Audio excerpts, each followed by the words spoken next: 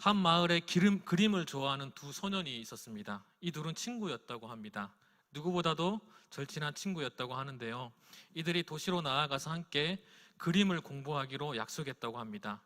그런데 동시에 공부하기에는 경제적으로 힘이 들어서 나이 많은 소년이 자기가 일을 할 테니 어린 소년을 보고 먼저 공부하라고 했고, 그가 공부를 마치면 서로 바꾸기로 했다고 합니다. 먼저 공부하던 소년이 실력이 늘어서 마침내 화가가 되었습니다. 그러던 어느 날 일로 뒷바라지하며 시간을 보내던 친구가 이렇게 말했다고 합니다. 이미 내 손은 노동으로 굳어져 버렸다네. 이제 나는 자네를 위해서 기도만 하겠네 라고 말했다고 합니다. 화가가 된 친구가 자신을 위해서 눈물겹게 헌신한 친구의 기도하는 손을 그림으로 그렸다고 합니다. 이것이 바로 알브레히트 디러의 명화 기도하는 손입니다. 오늘 말씀의 내용은 기도에 대한 내용인데, 하나님께서 저와 여러분 가운데 이 기도를 통해서 하시는 하나님의 말씀이 무엇인지 발견할 수 있기를 소망합니다. 기도는 영혼의 호흡입니다. 그렇기에 기도에 신앙생활에 사활이 걸려 있습니다. 우리가 숨을 쉴 때 기도가 막히면 살 수 없는 것처럼 영적으로 기도가 막히면 우리의 신앙을 제대로 할 수 없습니다. 예수님도 하루를 기도로 시작하시고 기도에 매진하셨습니다. 하나님의 자녀들은 기도를 통해서 참된 위로와 자유를 누리게 됩니다. 주님은 참되고 바른 기도의 모범을 우리에게 보여주셨습니다. 주기도문의 서문은 너희는 이렇게 기도하라 라고 하면서 시작됩니다. 기도 중에 기도라고 불리우는 이 주기도문은 하나님의 자녀들을 기도의 산맥의 정상의 자리로 인도하는 역할을 합니다. 하나님의 아들의 입술에서 나오는 주기도문의 서문은 인간의 음성이 아니라 하나님의 음성이라는 것을 우리가 주목해야 합니다. 완전한 인간이신 예수님께서, 또한 완전한 하나님이신 예수님께서 주기도문을 통해서 기도의 지침을 우리에게 보여주시는 것입니다. 하나님께서 주기도문을 단순하게 탁상공론으로 이야기하시는 것이 아닙니다. 완전한 인간이 되셔서 예수님께서 기도의 모범과 방법을 가르쳐 주시고 있습니다. 주님을 따르는 제자들의 의무로서 말씀해 주십니다. 예수님께서 어떻게 기도하라고 말씀하셨는지 오늘 말씀을 통해서 함께 살펴보도록 하겠습니다. 먼저는 진실한 마음으로 기도해야 합니다. 우리 한번 따라해 보겠습니다. 진실한 마음으로 기도해야 합니다. 우리 1번 문제를 한번 읽어보도록 하겠습니다. 시작. 그런 자는 어떻게 기도합니까? 마태복음 6장 5절 말씀을 같이 한번 읽어보도록 하겠습니다. 시작. 또 너희는 기도할 때 외식하는 자와 같이 하지 말라. 그들이 사람에게 보이려고 회당과 큰 거리 어귀에 서서 기도하기를 좋아하느니라. 내가 진실로 너희에게 이르노니 그들이 자기 상을 이미 받았느니라. 이들은 사람에게 보이려고 회당과 큰 거리 어귀에 서서 기도합니다. 당시 종교 지도자들은 사람의 눈을 의식하고 종교적인 의를 행했습니다. 외식하는 자는 이 원어에서 살펴보면 연극인이라는 뜻을 가지고 있습니다. 예수님께서는 기도할 때 남에게 보이려고 연기하지 말라고 말씀하십니다. 누구나 자신을 자랑하고 싶어 합니다. 다른 사람이 알아주고 칭찬해 주기를 바랍니다. 하지만 예수님께서는 은밀한 중에 보고 계시는 하나님의 눈을 의식할 것을 강조하십니다. 자신의 욕망을 자제하고 주님 앞에만 드려지길 바라는 마음으로 기도할 것을 말씀하십니다. 예수님의 제자로 살아가기 위한 필수 습관이 바로 기도입니다. 사람들에게 보이기 위해서 기도하는 것이 아니라 우리는 숨을 쉬는 것처럼 습관적으로 주님 앞에 기도해야 합니다. 예수님께서는 다른 사람의 시선을 의식하거나 진실하지 못한 기도에 대해서 경계하도록 가르치십니다. 외식이라는 말의 한자의 뜻은요, 진실하지 않는 마음의 상태입니다. 따라서 외식하는 신앙이 되면 그 눈에는 하나님이 아닌 사람이 보이게 되고 그 귀에는 하나님의 음성이 아닌 사람의 소리가 들리게 됩니다. 하나님의 나라의 백성은 진실한 마음으로 기도를 통해서 하나님과 인격적인 관계를 통해 풍성하게 하나님과 만나는 시간을 누려야 합니다. 진실된 마음으로 기도하라는 것은 우리의 기도의 대상이 사람이 아니라 하나님이라는 것을 분명하게 이야기하고 있습니다. 두 번째는요, 그 대상에 대해서 어떻게 해야 하는지를 이야기하고 있습니다. 예수님은 어떻게 기도하라고 말씀하신지 두 번째는 하나님에 대해서 그 대상에 대해서 경외심을 가지고 기도하라고 말씀하십니다.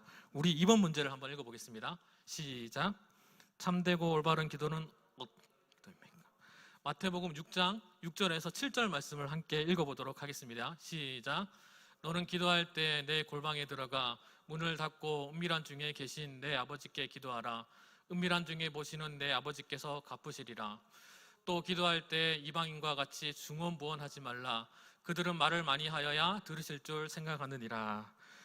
골방에 들어가서 기도한다. 문을 닫고 은밀한 중에 계신 아버지께 구하며 중언부언하지 말라고 기도하라고 이야기합니다.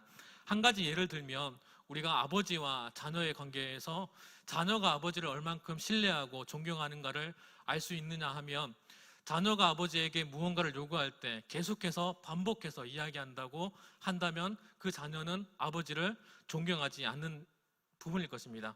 왜냐하면 아버지가 어떠한 말을 한 번 했을 때 들어준다는 믿음의 확신이 있으면 계속해서 반복해서 아버지 이거 사주세요, 이거 사주세요, 사주신다고 했잖아요, 또 사주세요, 이렇게 얘기하지 않을 것입니다. 한 번만 얘기하면 아버지는 나의 말을 들어주실 것이다. 또한 나에게 필요 없는 것은 아버지가 사주지 않을 것이라는 믿음과 확신이 있다면 아이가 반복해서 이야기하지 않을 것입니다. 예수님께서는 아무도 듣거나 볼 수 없는 골방에서 오직 하나님께 집중하여 기도하라고 말씀하십니다. 은밀한 기도는 경건을 위한 최적의 길일 것입니다.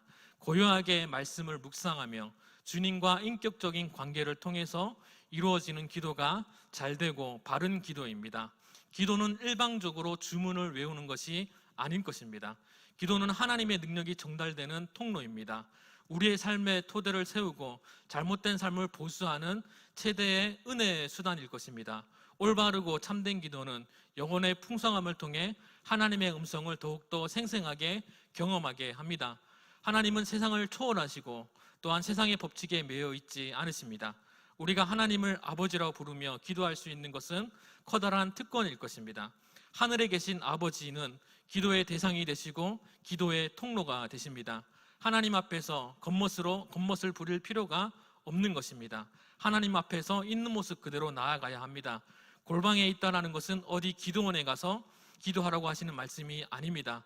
아무도 신경 쓰지 않을 수 있는 곳, 자기만의 공간, 외적으로 위선과 거짓이 통하지 않는 자신의 있는 모습 그대로 드러낼 수 있는 공간이 골방이라고 할 수 있을 것입니다. 그렇기 때문에 하나님 앞에 기도한다는 것은 나의 있는 모습 그대로, 위선적이지 않고 솔직한 모습 그대로 하나님 앞에 기도하는 것을 이야기할 수 있습니다. 예수님께서 어떻게 기도하라고 말씀하셨는지는, 세 번째는 하나님과 하나님의 나라를 집중하여서 기도해야 한다고 이야기합니다. 우리 3번 문제를 한번 읽어보도록 하겠습니다. 3번 문제 한번 읽어보겠습니다. 시작. 나라와 권세와 영광이 아버지께 있습니다 라고 마무리합니다.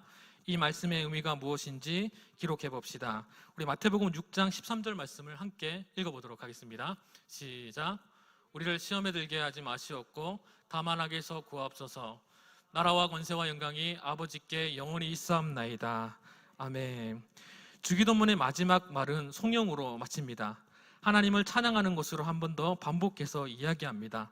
기도의 이유는 하나님의 나라라고, 나의 삶의 방향 역시 하나님의 뜻과 다스림에 있다라는 것을 이야기하고 있는 것입니다. 기도의 응답은 하나님의 권세로서 하나님은 우리의 모든 기도를 넉넉히 응답해 주시는 분이고, 기도의 목적은 하나님의 나라의 궁극적인 통치에 하나님의 영광을 위한 것이라고 기록하고 있습니다. 우리는 하나님께 집중하여 기도해야 합니다. 기도는 그냥 드리는 것도 형식적인 것도 다른 사람을 의식하여 하는 것도 아닙니다. 하나님의 영광이 기도를 통해 나타나도록 우리는 기도해야 합니다. 하나님과 하나님의 나라의 영광에 집중하여 기도할 때 기도에 숨어있는 보화를 발견할 수 있고 그것을 소유하며 놀라운 하나님의 복을 누릴 수 있기를 축복합니다. 하나님은 기도의 행위보다 마음의 중심을 보십니다. 기도하는 사람은 하나님의 뜻을 구하는 심정으로 겸손함으로 하나님 앞에 서야 합니다. 그렇다면 우리는 주기도문의 내용을 아주 간단하게 살펴보도록 하겠습니다. 주기도문을 부분적으로 나눈다면 세 부분으로 나눌 수 있을 것 같습니다. 서원과 간구 그리고 결론 부분입니다. 서원에서는 하늘에 계신 우리 아버지여 라는 말로 시작되고 있습니다. 이 말은 두 부분으로 또 다시 나눌 수 있는데, 하나는 참되신 하나님을 불러 아뢰는 것으로 우리 아버지라는 말과 참되신 하나님을 묘사하는 하늘에 계신이라는 말로 구분할 수 있습니다. 그리스도께서, 예수님께서 이런 식으로 기도하라고 하신 이유는 무엇일까요? 인간이 하나님을 부를 때 하나님께 합당한 종기로서 그를 불러 아뢰는 것을 하나님께서 바라시기 때문입니다. 하나님께 합당한 종기의 요소가 세 가지가 있는데요, 그것은 참된 지식과 하나님을 신뢰하는 것과 순종하는 것이라고 말할 수 있습니다. 참된 지식은 하나님을 바르게 아는 것이고, 신뢰는 전인격적으로 믿는 것, 의심하지 않는 믿음을 이야기합니다. 순종은 하나님의 말씀에 순종하는 것이고, 하나님을 향한 참된 사랑과 두려움과 소망과 낮아짐과 인내를 포괄하고 있습니다. 사도신경을 한번 볼까요? 전능하사 천지를 만드신 하나님 아버지를 내가 믿사오며 라고 시작합니다. 기도를 통해서 우리의 필요를 이야기하는 것이 아니라 하나님의 존귀하심을 찬양하는 것이 우선시 되어야 한다고 말씀하고 있는 것입니다. 그러니 기도에서 가장 중요한 면점은 외식하는 것이 아니라 골방에 들어가서 자신의 있는 모습 그대로를 주께 아뢰며 하나님의 나라를 바라보고 기도하는 것입니다. 그러니 기도의 목적은 응답을 몇 개나 받았느냐가 중요한 포인트가 아닙니다. 은밀한 중에 그 누구도 의식하지 않는 곳에서 내가 골방에서 하나님을 경외할 수 있느냐가 중요한 포인트입니다. 집안에 혼자만 있는 공간 아니겠습니까? 여러분은 집안에서 그 은밀한 곳에서 하나님을 신실하게 경외하십니까? 저는 아무도 보지 않는 집안에서, 조금 좀 추접한 얘기긴 한데요, 코를 막 파서 돌돌 말아서 튕깁니다. 아무도 보지 않으니까. 누구가 돌아볼 때는 하지 않는 그 행동을 은밀한 가운데서는 합니다. 나중에 청소기를 돌리면 타다다닥 소리가 나는 거예요. 우리가 하늘에 계신 우리 아버지여 라고 부른다는 이 말은요, 나의 은밀한 중에서 나를 보시는 하나님을 경외한다는 말이 포함되어 있습니다. 어머니가 가끔씩 집에 오시면 청소를 해주시거든요. 그러면 백방 어머니가 아십니다. 다다다닥 소리가 나면 은밀한 중에 거하는 저의 치부가 드러나는 거예요. 어머니가 그 나이 먹도록 아직도 코딱지 파냐, 코 풀어라, 그렇게 이야기하십니다. 우리는 저의 치부가 숨겨질 수 없는 게 부모님인 것 같아요. 어쩌면 우리가 하나님의 백성으로서 우리의 치부와 모든 것들을 아시는 하나님 앞에 우리의 모든 것을 오픈하고 기도하라고 하시는 말씀이기도 합니다. 하늘 보좌에 앉으셔서 우리를 보호하시고 우리를 바라보시고 통치하시고 섭리하시는 하나님의 이름을 찬양해야 합니다. 하늘에 계시다는 이 말은요, 공간적으로 보면 위에서 내려본다는 의미를 가지고 있지요. 우리가 숨을 수 있는 곳이 없다는 말이기도 합니다. 은밀한 중에 하나님의 전능하심을 인정하며 우리는 기도해야 합니다.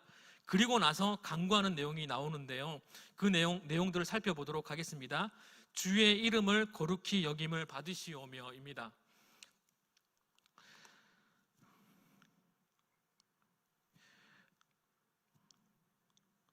왜 예수님이 이 구절을 먼저 기록하고 기도하였을까요? 그것은 하나님의 영광이 우리의 모든 관심사와 행위와 기도들의 목적이 되기 때문입니다. 너희는 먼저 그의 나라와 그의 의를 구하라. 그리하면 이 모든 것을 너희에게 더하시리라 하신 그리스도의 명령에 따라 우리의 필요를 구하는 목적이 주님의 이름을 거룩히 여김을 받아야 하기 때문입니다. 보세요. 우리가 기도하지 않아도 할 수 있는 것들이 많습니다. 세상 밖을 바라보시면 기도하지 않는데도 먹고 사는데 문제가 없습니다. 어떠한 문제를 최선을 다하며 살아가면 문제가 해결됩니다. 그러나 우리가 기도하는 목적은 주의 이름이 거룩히 여김을 받아야 하기 때문입니다. 우리의 행위가 하늘에 계신 아버지의 이름이 거룩히 여김을 받기에 합당한지를 확인하는 작업이 우리는 기도해야 한다고 합니다. 그 이유는 나중에 조금 이따가 살펴보도록 하겠습니다. 두 번째 간구는 나라가 임합시오며입니다. 이 말은 하나님이여 주의 나라가 우리 가운데 자라게 하시며 지금 우리를 통하여 살아가는 이곳이 우리의 성령 충만한 가운데 하나님의 나라가 되게 해달라고 간구하는 내용입니다.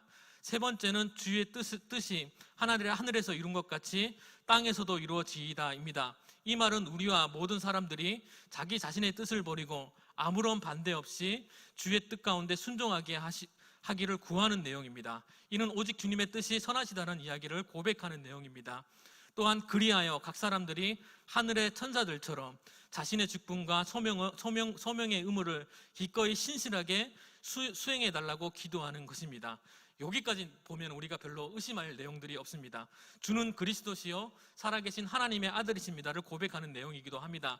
네 번째부터 우리가 한번 생각해 보아야 할 문제가 있습니다. 네 번째는 오늘 우리에게 일용할 양식을 주시옵고입니다. 여기서 우리가 질문 하나가 생깁니다. 세상의 모든 것이 하나님의 것이고 하나님으로부터 나오고 하나님으로 말미암아 그 결말이 결정된다고 믿기에 우리는 세상의 통치자인 하나님께 간구하는 것이잖아요. 그런데 믿지 않은 사람들도, 하나님의 은혜를 사모하지 않는 사람들도 전부 자신이 노력하면 먹고 살아가는데 문제가 없어 보입니다. 일용할 양식을 구하지 않아도 굶어 죽는 사람들이 있습니까? 물론 국가적으로 힘든 나라 말고요. 간구하지 않아도 먹고 사는데 문제없이 잘 살아가고 있잖아요. 그런데 우리가 일용할 양식을 위해서 기도해야 되는 이유가 무엇일까요? 이 또한 하늘에 계신 우리 아버지의 이름을 거룩히 여김을 받게 하기 위함입니다.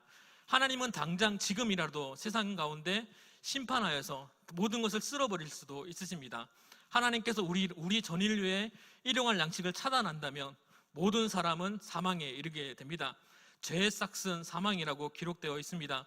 그 가운데 하나님을 아는 지식, 하나님의 그 지식을 얻은 사람만이, 이 믿음을 소유한 우리는 이 일용할 양식이 우리의 소산물이 아니라 하나님의 자비하신 은혜라는 것을 아는 사람이기에 그분의 이름을 거룩하게 하기 위하여 주님께 간구해야 하는 것입니다. 주여, 제가 주님의 은혜가 아니면 이것을 먹을 수가 없었습니다. 우리에게 기회를 주신 하나님께 감사합니다라는 마음을 가지고 감사함으로 살아가는 겁니다. 세상의 사람들과는 전혀 다른 분별함으로 그들과 다르게 살아가는 것입니다. 다섯 번째 간구는 우리가 우리에게 죄 지은 자를 사하여 준 것 같이 우리 죄를 사하여 주시옵고입니다. 하나님의 은혜를 받은 사람으로서 은혜를 모르는 사람들에 대해서 용서를 하게 해달라고 간구하는 내용입니다. 네 번째 일용할 양식을 간구했던 내용과 연결되는 내용이기도 합니다.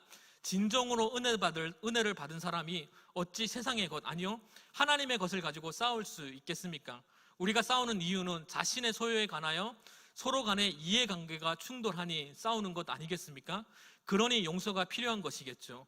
우리의 죄를 용서하신 하나님의 은혜에 감사함으로 이웃의 잘못을 용서하게 해달라고 간구하는 말씀입니다. 이 또한 하늘에 계신 아버지의 이름이 거룩하게 여김을 받게 하기 위한 우리의 간구일 것입니다. 여섯 번째 간구는 우리를 시험에 들게 하지 마옵시고 다만 악에서 구하옵소서입니다.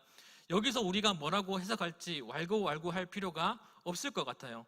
이 시대를 살아가는 모든 것이, 그리고 그 대상이 사람이 아니라 영적인 것에 있음을 고백하는 내용입니다. 우리가 싸워야 할 대상이 나와 이권을 빼앗아가는 인간들이 아니라, 사람들이 아니라 그 뒤에서 작용하는 우리를 시험에 들게 하는 영적인 세력과 영적인 전쟁임을 인정하고 그것을 위해서 기도하라고 하는 것입니다. 시험은 하늘로부터 오는 시험도 있을 것이고 마귀로부터 오는 시험도 있을 것입니다. 만약에 이러한 시험이 없다면 우리는 무절제한 삶을 살아가게 될 것입니다. 구원파들 보세요. 자신이 몇 월 며칠 구원받았다고 이야기하면서 아무런 절제 없이 아무렇게나 살아갑니다.